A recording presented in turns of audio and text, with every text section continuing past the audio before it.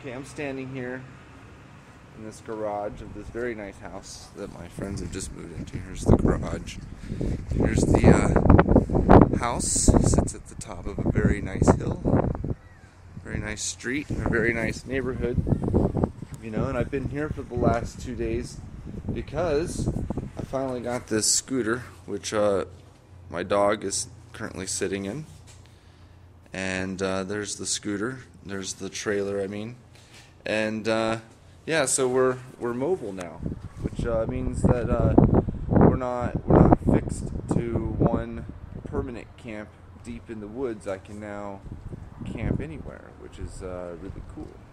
Unfortunately, though, my dog has cut his paw. I've got it wrapped up here in a little bit of paper towel and duct tape, and poor guy, he's just been in a lot of pain because of it. So we're headed to the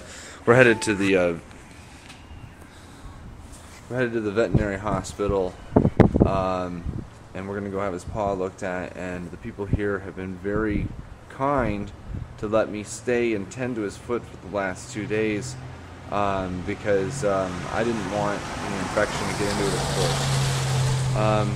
And that brings me to kind of the philosophical point of why I'm making this video today. So I've been here in the house 2 days, as I said, for the sake of the dog. And there are 4 people that live in the house, and 2 of them I've known for 2 years, and 2 of them I just met 2 days ago. I came over and made dinner for everybody and put some food in their fridge. And I asked everybody, I talked to everybody and said, is it okay if I crash here for the next 2 days? And it was fine because, you know, the dog's hurt. But last night, in the middle of the night, one of my good friends woke me up. Said, what are you doing here? I'll give him this. He was a bit drunk. Said, what are you doing here? He was a bit offended that I was here.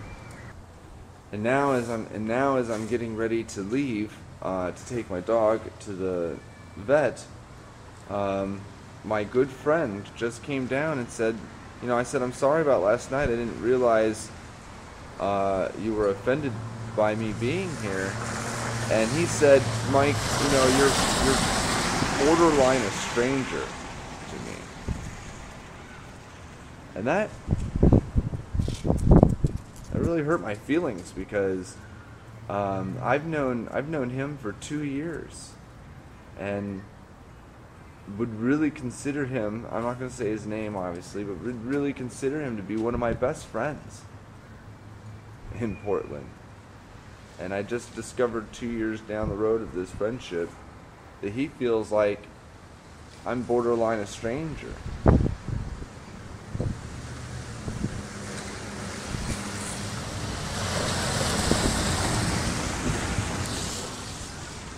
I have some theories as to why my good friend of 2 years might feel that way.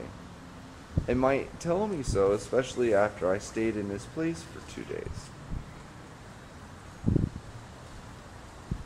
You know, it's very difficult, you know, when you tell somebody that you are a guerrilla urban camper, oh, they're like, oh, okay, so what he means is he's homeless. It doesn't matter how I wrap the picture up, you know, it's like, in the end, there's only one word that describes me to about 90% of Americans out there, and that is homeless. And that is wrong. I am not homeless. I've been homeless before. When I was younger. Being homeless is being desperate. It's not knowing what you're going to do. It's not knowing where you're going to eat next. It's not knowing where you're going to sleep next. It's definitely not having any equipment. And it's definitely not like camping. I am not homeless. I know what homeless is. But it doesn't matter. It doesn't matter. All of the connotations that come with that word are immediately assigned to me. And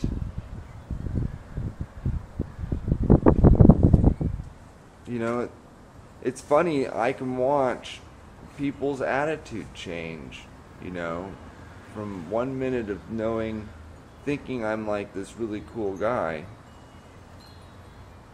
to thinking, oh, here's this desperate homeless guy. Their attitude towards me changes completely in some cases. But everybody's attitude changes at least a little bit. And case in point, friend of 2 years, Mike, you're borderline a stranger to me. Well, I know what he's saying. You can't tell somebody you've known for 2 years that they're a stranger.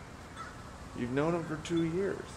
What he's really saying is, Mike, even though I've known you for 2 years, our lifestyles are so different, you might as well be a stranger to me.